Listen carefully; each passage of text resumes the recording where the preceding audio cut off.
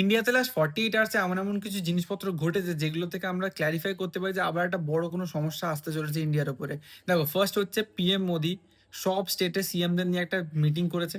Second হচ্ছে রাজনাথ সিং যে আমাদের ডিফেন্স মিনিস্টার, সে অন্যান্য সব মিনিস্টারদের নিয়ে একটা মিটিং করেছে।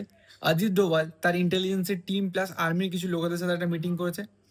তারপরে আর্মির যে চিফ জেনারেল সে কি করেছে, আমাদের জগন্নাথ মন্দিরে গিয়ে ইন্ডিয়ান আর্মির জন্য একটা পুজো দিয়েছে। এই চারটে জিনিসকে আমি যদি সাইড করি, এরপরে যেটা পয়েন্ট আসছে যে পিওকেতে লস্করে তাইবার লোকেদের মুভমেন্ট একটু বেশি দেখা গেছে, যেটা লাস্ট পুলওয়ামা অ্যাটাকের সময় দেখা গিয়েছিল।